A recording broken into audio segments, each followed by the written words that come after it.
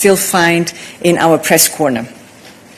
You will find more details on the program of President von der Leyen in Nice with today's daily news also in our press corner. On Tuesday, back in Brussels, the President will receive the Minister of External Affairs of India, Mr. Subramanian Jaishankar. Finally, on Sunday, President von der Leyen will travel to Kananaskis in Canada to participate in the G7 summit hosted by Canada, which is currently holding the presidency of the G7. The summit will last from Sunday to Tuesday, 17th of June. That's for the agenda of the President. Et je continue en français. Je me permets de vous rappeler qu'aujourd'hui, les ministres responsables des transports, télécommunications et de l'énergie se réunissent à Luxembourg pour une réunion du Conseil. La vice-présidente exécutive Henna Virkkunen y participe pour la Commission et les principaux points à l'ordre du jour sont la gestion des crises de cybersécurité, la connectivité fiable et résiliente, ainsi que la connectivité par satellite et autonomie stratégique.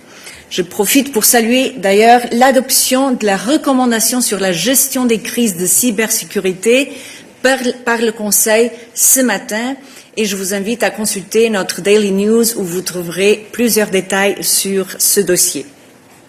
La vice-présidente exécutive Virkkunen participe à la conférence de presse qui suivra la réunion qui devrait avoir lieu vers 16h30. Je vous invite à réserver vos questions sur les points à l'agenda du Conseil aujourd'hui pour cette conférence de presse. Et voilà qui clôt nos annonces. Nous pouvons maintenant passer à vos questions. Yes, please. Thank you so much. Zariana Stepanenko, Radio Free Europe. So my question concerns what happened. Yes, my question concerns what happened in Ukraine overnight. So as you might heard, there was a massive shelling of almost all the Ukrainian regions. So my question is regarding 18th package on sanctions, which is underway from the European Union side. Do you have any deadline when it comes to that? Because as far as I understand, for example, the lowering oil price cap will be the subject for G7 summit. You just announced it. So, yeah, do you have any deadline, and is it possible that you would speed up with the response to Putin, who apparently responded to the Ukrainian recent attack? Thank you. We are preparing the 18th package of sanctions against Russia, as you very correctly pointed out. We don't have an exact timing. Of course, we are all interested in having a package which is widely supported by the member states. And the idea is really that everybody stands behind. So this takes the time to prepare and to make sure that at the end of the day we have a solid set of measures that can be supported by all member states. Yes. Valentina Vasilyeva, Votak TVP.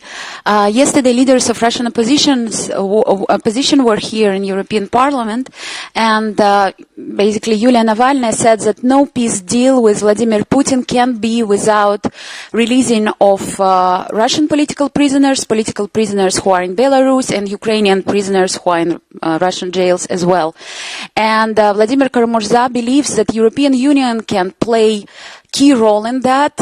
He believes that in negotiations, European Union can bring up this topic and insist that no peace deal can be without releasing all Russian political prisoners and Belarusian political prisoners. It's more than 1,000 people, by the way. So do you discuss it actually? Do you consider it? And do you believe that the European Union actually should do that also, that this should be part of the peace deal? With this, Anita, if you would like to join us.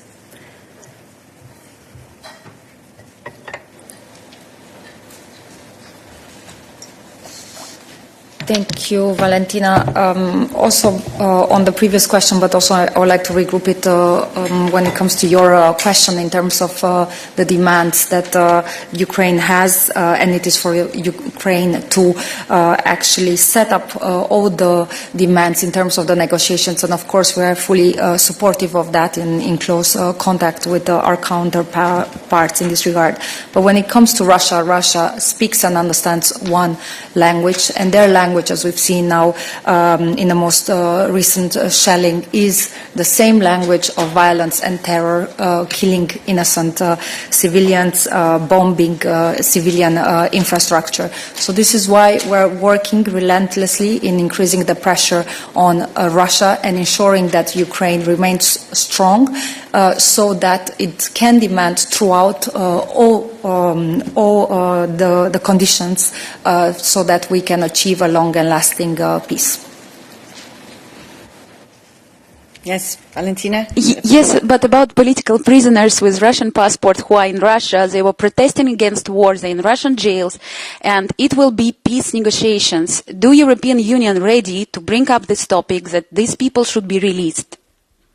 So we're supporting all those speaking against Putin, all the political prisoners, be it in Russia or in Belarus. We are continuously and relentlessly demanding for their immediate and unconditional release. And we are standing with Ukraine throughout all the conditions that they have in order to support that, but I'll not be able to specify now each and every of these steps. It is for the Ukrainian side to do so.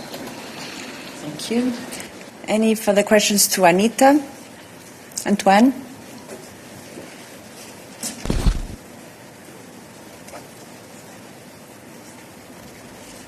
Thank you, Paola. Thank you, Anita. Antoine Muto for Japanese TV NHK.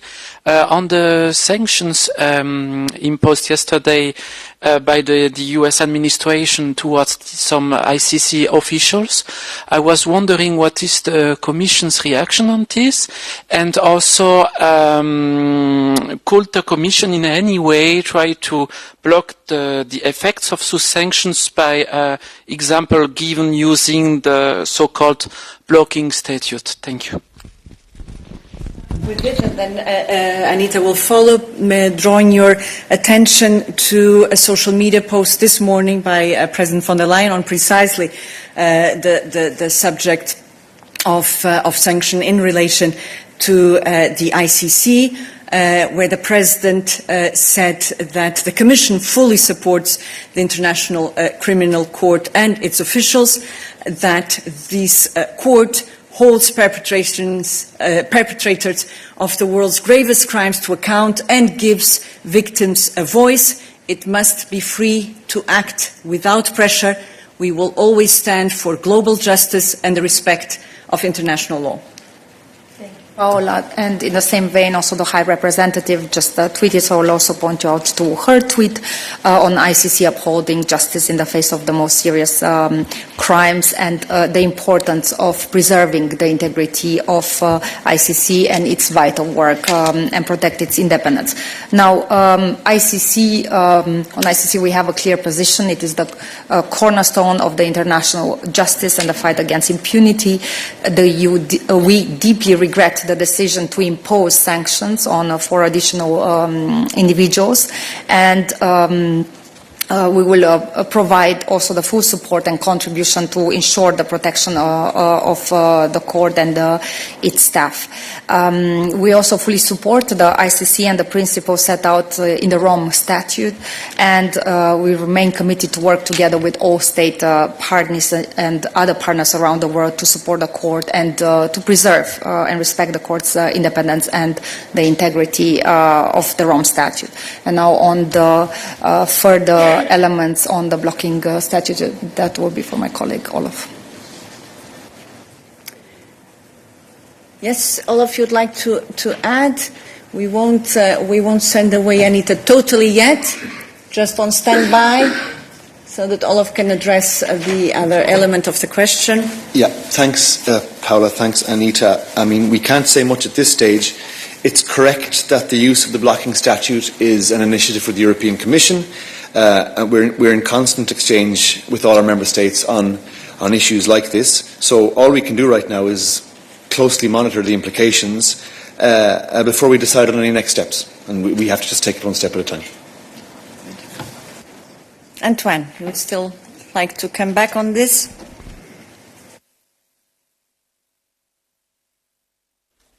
Thank you. Yes, I would like to come back on what you just said. You just mentioned, Anita, on the full support you want to provide towards those officials and the ICC, of the ICC. What does it concretely include this full support? What does it concretely mean? Thank you.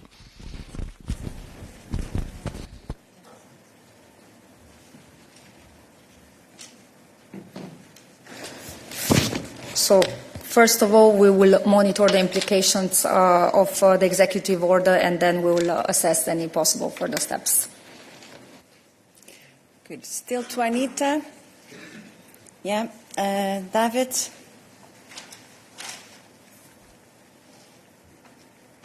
Yes, thank you, David Carretta, Radio Radicale. I don't know if it's for Anita or Olof. It's on sanctions against Russia and frozen asset, because according to a report by Reuters yesterday, Ukrainian authorities have criticized this decision by the EU to use the frozen asset to compensate EU companies because some properties were taken by the Russians. I know that this was a decision taken by unanimity by member states, but the proposal came from the European Commission.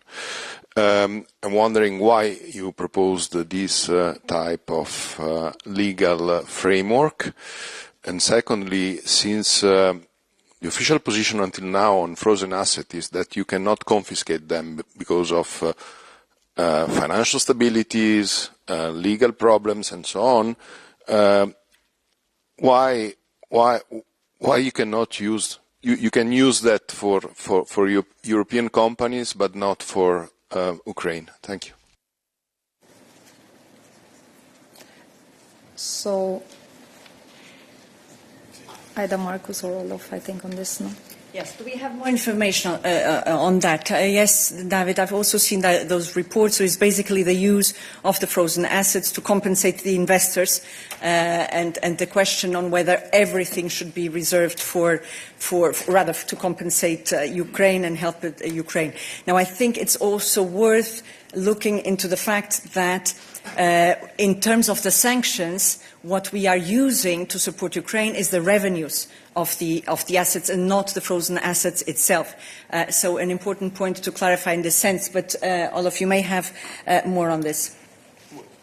Yeah, thanks, Paula. David, I can just recall a few things for context here. So what you're referring to is from the 15th sanctions package, so 2 sanctions packages ago, where we introduced a loss recovery derogation in order to address the increasing litigation and retaliatory measures in Russia that result in the seizing of assets of EU central securities depositories. So that was the decision in the 15th package. This derogation allows for the release of cash balances held by EU central securities depositories. It enables those CSDs to request competent authorities of member states to unfreeze cash balances and use them to meet their legal obligations with their clients. Now, you pointed out that it's a Commission proposal, but a Commission proposal doesn't arise out of a vacuum. I mean, it's taken largely from the discussions that are held at Council level, and we don't comment on those. You can ask the Council about that. That's a question for them. What I just described to you is the legal basis and what we have in the 15th sanctions package. David, I would like to come back on this. Yes, exactly. The point for me is the legal basis, because the justification for not confiscating asset, not revenues, asset, was and is still today that you cannot touch them because of international law and so on and so on. So you cannot touch them to pass the asset, not the revenues, to Ukraine and finance his war or reconstruction for the moment, because there are legal constraints, international legal constraints. In this case, you have introduced a derogation for EU actors, investors, companies, whatever, the depositories on those financial institutions. So I'm wondering why you can introduce a derogation for EU actors or entities or whatever, but not for Ukraine. Thank you. So for this, I pass the floor to my colleague Marcus. Thanks for your patience. The sanctions is a complex issue and the responsibilities are divided among many of us. So. Clearly translated by the fact that we have several colleagues here covering that same question. Thank you. I actually don't have much to add to what Olaf said. Just an important distinction, I think, that will help David to understand the difference. We are talking about the assets from the Russian central bank and whether we can use the profits. That's what we're doing. There we use the profits, but we don't use the assets themselves. And what we are talking about now, and what Olaf has been talking about, is about private assets, not the ones from the central state bank. So, two very distinct issues. That's it. I think that's it. I also learned something about this now. Good. Any other questions? We were on the foreign affairs. I don't know if there's still any questions for Anita. Now we have Olaf here, but we continue on the foreign affairs. Foreign affairs, please. Thank you, Blaž Mohorčić with the Slovenian press agency. I have a follow-up to the previous topic on the US sanctions against ICC. I would like to know if you received already the request from Slovenia to use this blocking statute, and what is the procedure to change it, technically speaking? Thank you. So, thank you. We have seen just the reporting, not aware for now, but when this will be the case, we can update you. Sorry, can you repeat? The procedure to change the blocking statute or to amend it. We have a very active teamwork here to address the various questions. So, all I can do is explain how the blocking statute works. The goal is to protect EU operators from extraterritorial application of third country laws. So under the statute, the EU provides protection against and counteracts the effects of such extraterritorial application because it believes these to be contrary to international law. This is a unified EU action to protect EU operators, whether individuals or companies, from extraterritoriality. I can provide examples to you, but if you agree, maybe we can do that after the midday, because it's quite a bit technical. But I can give you some nice examples so you understand how it works a bit better. Thank you, Olaf. We'll invite Anita back, so just to make sure that we conclude on the foreign affairs. I have the feeling that we will be calling you, Olaf, again. Anita. Not Anita. Jorge. Yes, hello. I want to ask you about the meeting yesterday between Donald Trump and the German Chancellor in the Oval Office. Donald Trump, during his remarks, he openly suggested that he could impose sanctions on both Russia and Ukraine in order to end the war. He also said that both parties should continue fighting, and I quote, for a while. How do you see this position? Do you think this is the way forward to equalize the invader and the invaded? Thank you. Thank you. We will speak for the EU in terms of our position, which is very clear. Russia is the aggressor, and this position is very clearly stated throughout all our Council decisions and all statements from our leadership. And this is why everything that we do is made in such a way that it ensures that Ukraine remains strong. We are on Ukraine's side, and this is why we are increasing the pressure on Russia, because the war must end, should end as soon as possible, but not in any circumstances. It must be, first of all, an unconditional ceasefire, and this must lead to a long and lasting peace. Thank you, Anita. Any further questions to Anita? Yeah, in the back. Thank you, Paula Andrés, for the Spanish agency EFE. A little change of topics. There's a boat carrying humanitarian aid to Gaza that left the European shores this week alongside 12 activists, and they're set to reach the Gaza Strip in the next days. However, the Israeli government has said that they're willing to stop them from reaching the territory. What is the Commission's position or message on this boat being able to safely reach their destination and to accomplish their mission? Thank you. Thank you. Here we have a clear position, and we have also our statements, also the most recent one that I would like to recall of the High Representative from the 28th of May, where the EU reiterates that humanitarian aid must never be politicized or militarized, and it recalls also the UN role in distributing humanitarian assistance. And we reiterate once more the urgent call for immediate, unimpeded and sustained resumption of aid at the scale according to the needs of the civilian population in Gaza. Thank you. Yes, you'd like to follow up? Yeah, on more on this specific case, on this specific boat. I mean, the activists are majorly European citizens that are on it. Is the EU willing to send a message or do anything to in a way to protect them?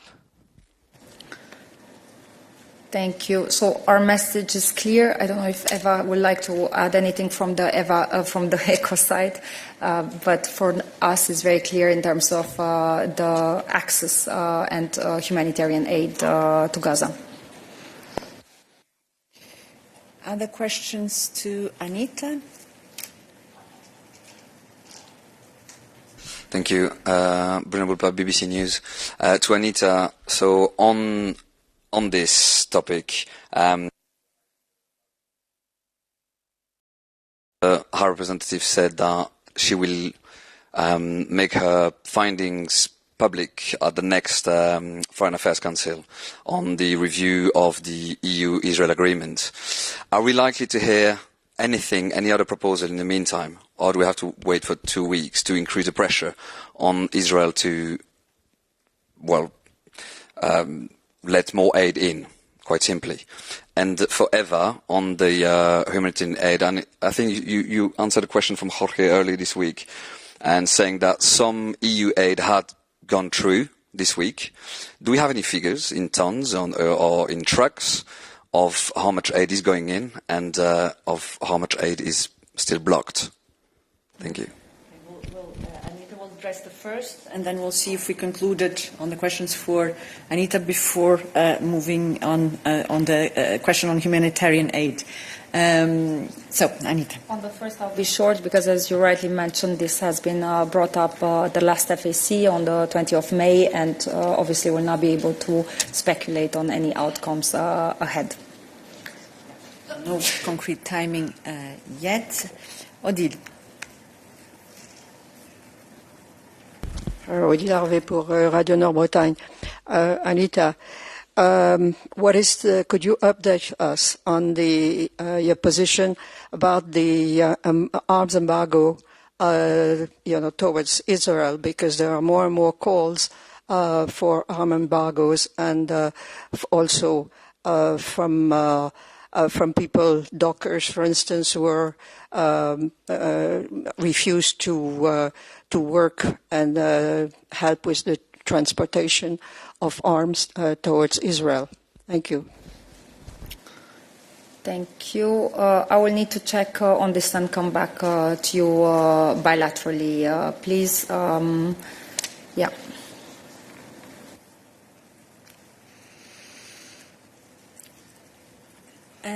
Any further questions to Anita? I have several questions online. Could you please put down your hand in case it is not for Anita? Okay. So, Kim McCrall, Wall Street Journal.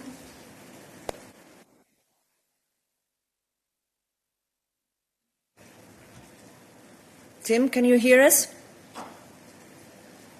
Kim? Sorry, can you hear me now? Yeah. Thanks. My question, I think, is for Anita. It's about relations between the EU and the Trump administration. Can you hear me okay? Would you mind repeating, please? Yeah, sorry. Better now. So it's about relations between the Trump administration and the EU. And it's, I think the meeting between Chancellor Merz appeared to go quite well yesterday, including an acknowledgement of European spending on Ukraine, which is something we haven't always heard.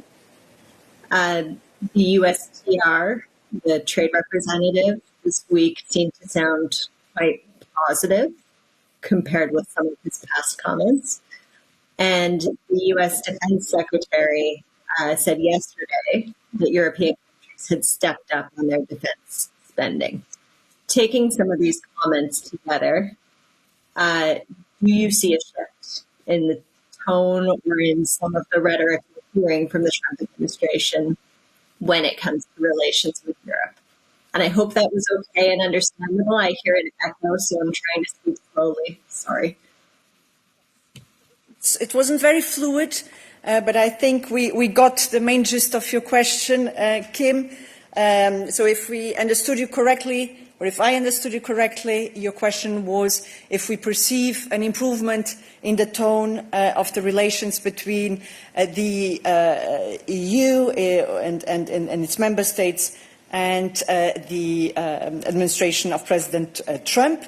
And there, let me just say that we have always emphasized the importance of this relation, the importance of the transatlantic relation, as it's been a very good relation historically, and we are actively investing in promoting and keeping it that way on the various fronts, whether we're talking about Ukraine, whether we're talking about trade, whether we're talking also about our defense. And it's good that it's showing positively. We will continue to engage in this sense. Other questions still to Anita. We have Chen Belhua. Hi, I just want to follow up on this Ukraine question asked earlier. I mean, are you okay with Trump's comment that let Russia, Ukraine to fight? It's better for them to fight for a little longer while. I mean, are you, EU is having any new proposal? Obviously, what has been done in the past 3 years is not working, and are you expecting this conflict to go on for another 3 years, given we don't see any progress at the moment? Thank you. Thank you very much. I think the best addressee of your question would be Putin or the Russian administration. They're the only ones knowing for how long they will continue this terror and these acts of violence.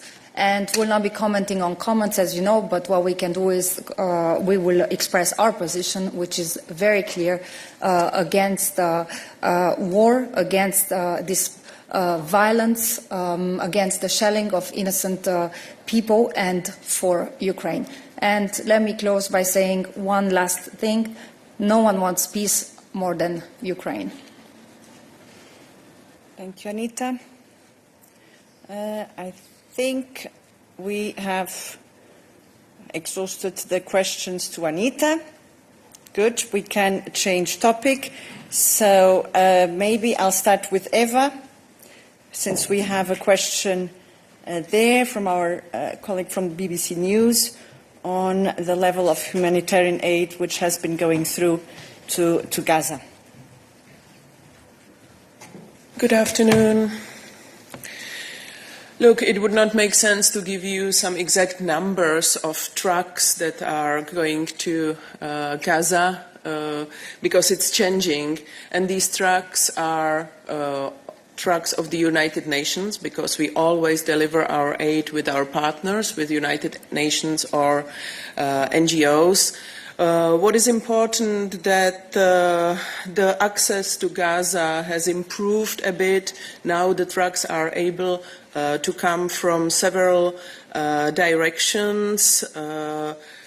After the agreement to resume the entry of the aid via the Jordan corridor, this new access is used, but we repeat that we need a full access to Gaza, not just on a couple of crossings, because we know that the needs in the strip in Gaza are currently enormous. And we have allocated 170 million euros this year for the humanitarian aid in Gaza. Our aid is always food, nutrition for babies, hygiene stuff, but also in a longer term education that is obviously at the moment not accessible for children in Gaza. And we want obviously this money to be used very wisely and to be used for those who are in need. You'd have a follow-up question? It's just because OCHA this morning said that food was disappearing from the last places it was still available in the past few days. And the UN said that yesterday no supply entered at all. So that was from the UN today. So are you saying that things have eased a bit and that more aid, more EU aid is going through? I'm saying that things have eased a bit if we compare it to the blockage, but the situation is still not ideal and the situation is still volatile. So we call for the full access, and we mainly need access for our partners, for UN and for the NGOs that we cooperate with. And we also call for respecting the international humanitarian law, because this is the basis of the job. And it remains extremely worrying, the situation, obviously, in terms of access of humanitarian aid. So obviously more needs to be done in order to ensure that the minimum required aid reaches those who are in such great need of it. Any more questions to Eva? Yes. Yes, hello. Yesterday, the Advocate General of the European Court of Justice said that Hungary's LGBTI regulation is violating the EU law. I wonder if you have anything to comment on that, if it's in line with the expectations, and also how far is the Commission with the investigation of the gay pride ban? Yes, thank you for the question. We take note of the opinion of the Advocate General, which is non-binding, and obviously we wait, as usually, for the judgment of the court. The Advocate General proposes to the court to accept all the pleas introduced by the Commission, including as regards the breach of the values enshrined in Article 2 of the Treaty on the European Union. This is all what I can say. We don't comment more on the opinions of the Advocate General. Yes, you have a follow-up? It's on the draft transparency law in Hungary. Is it for Eva or for Markus? So let's see, we'll come back to you. Let's see if we have any other questions for Eva. No. Markus, then on the transparency law, please go ahead. So the Hungarian parliament is postponing the vote until the autumn. Is it a step in the good direction according to you? And I would like to know also if there has been any contacts on this matter recently between President von der Leyen and Viktor Orban, any text messages or phone calls to convince him to, change his mind? Thank you very much for the question. We are aware of the draft law, as you know, and we are also following its evolution closely. And other than that, I can repeat what we've already said here. Last week, the Commission has great concerns with this draft. If adopted as it is, it would constitute a serious breach of EU principles and law, and therefore we ask this draft to be withdrawn from the legislative process. We will also not hesitate to take action if it is adopted as it is. Thank you, Marcus. Other questions? I'm sorry? Whether there were contacts. Yeah, the latest contact on this was precisely with the letter, which was sent to the Hungarian authorities asking to withdraw the legislation. Other questions on justice or home affairs to Marcus? No? Then, yes, Jan? Hi, Gianvo Picelli, Bloomberg. I have a question about startup, scale-up, and also research. So it's a bit of a composite question. I wait.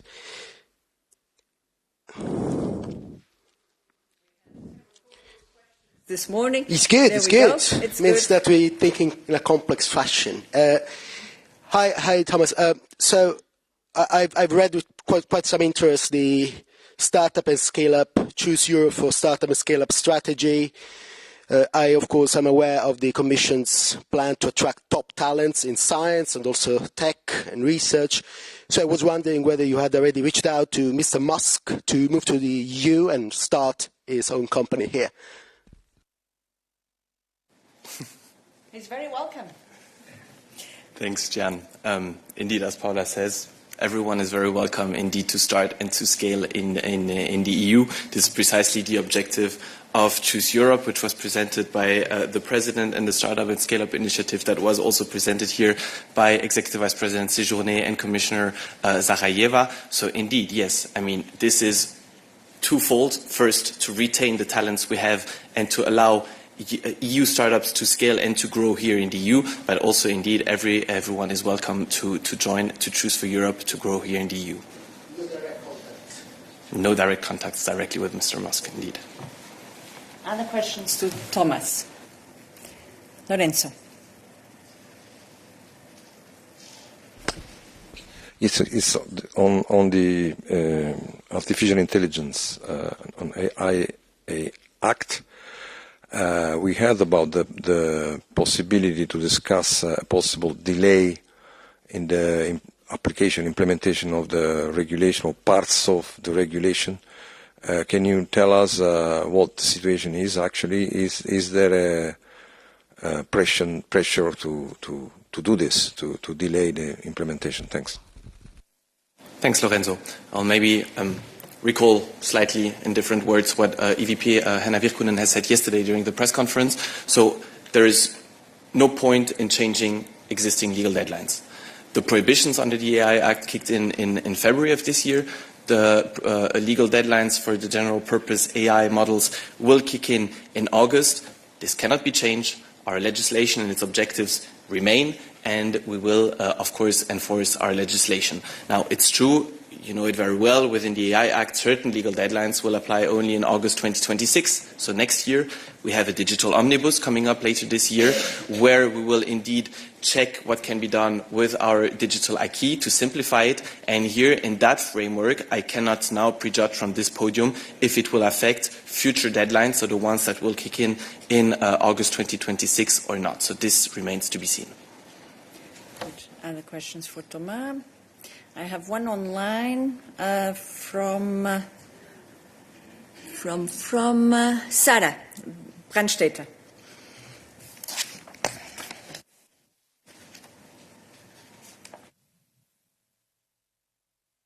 We cannot hear you, Sarah.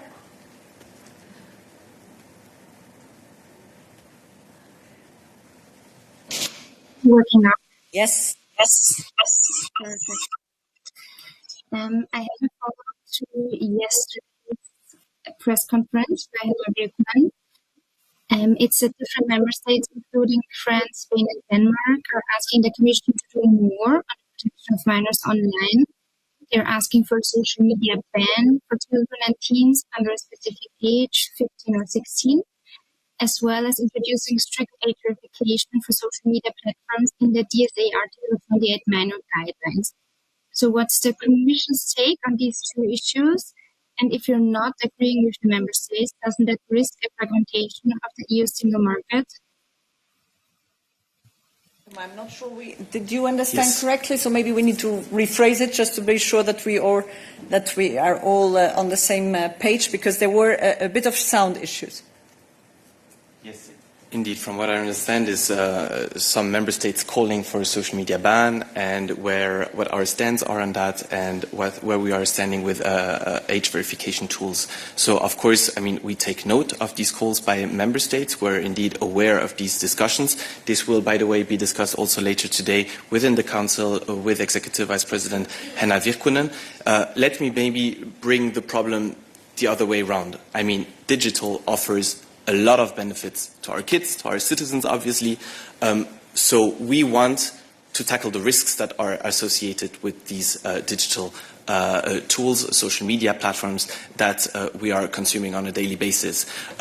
Now, this is precisely the reason why we, for example, when it comes to pornographic platforms, have launched an investigation no later than last week. We are actively working on an age verification tool, a harmonized one, as you're mentioning, because we do not want to fragment our internal market. So we are working currently on our digital identity wallet that will be harmonized, and that will be an effective age verification tool. We'll present a pilot of that in July already, so next month. So voilà, we are actively working on that. We're actively working to protect our kids. Now let me maybe recall just one final point, is that within the GDPR, which is mainly with Marcos, it is in that legislation the possibility relies with member states to set their digital majority between 13 and 16. And for further questions on these topics, as you know, we are kindly inviting you to participate at the press conference by Executive Vice President Virkkunen later today.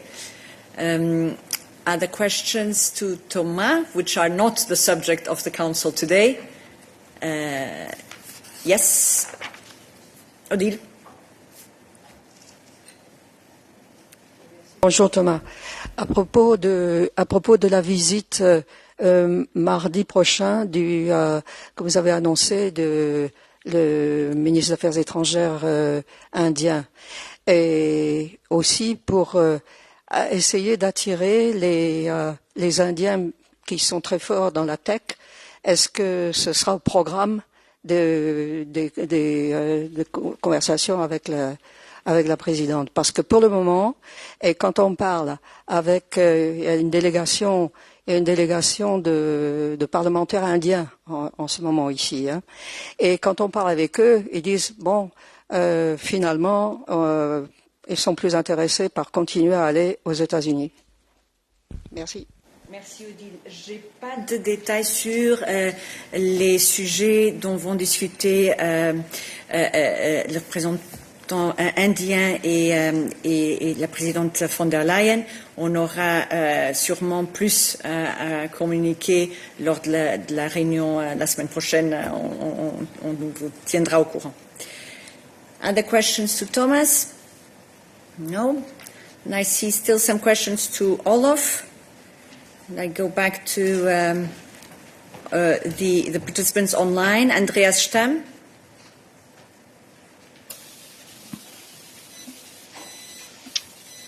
Yes, hello. Yeah. I wanted to ask a question about the autonomous trade measures and the Ukraine. This night, this has ended, and the question is, wasn't it possible to prolong these measures until the end of the trade negotiations? And what kind of signal is this sending out when Europe always states, and the Commission, President, whatever it takes, and then here it takes some... Andreas, can you connect your camera, please? Oh, sorry. Thank you. So, yeah, what signal does it send out? Well, it is not whatever it takes. It is about, of course, money, but it hurts the Ukrainian economy and the Ukrainian agricultural sector very hard. So what signal does this send out? Thanks for your question. So let's be very clear from the start.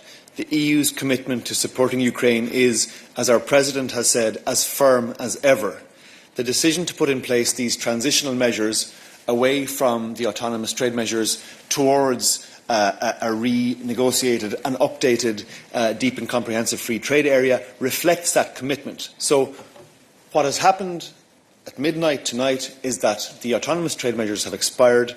We have now put in place transitional measures during which we will talk to our Ukrainian counterparts, and indeed this week very, very focused and structured negotiations have already been taking place for the entire week with a view to reaching an agreement as soon as possible for the benefit of both sides so that traders can have stability, predictability and good conditions. So I would just recall that under the, in this transition arrangement, the trading conditions revert to the previous deep and comprehensive free trade area, which already contains many preferential trading rates for Ukrainian operators. So what we have tried to do, and what we will continue to try to do, is strike the right balance between, on the one hand, giving as much support as possible to Ukraine economically and politically, while also taking into account economic and political realities here in the European Union, and that is what that is the light that guides us, and we will continue on this basis. Still on this topic? Yeah. Can you hear me? Yeah, thanks.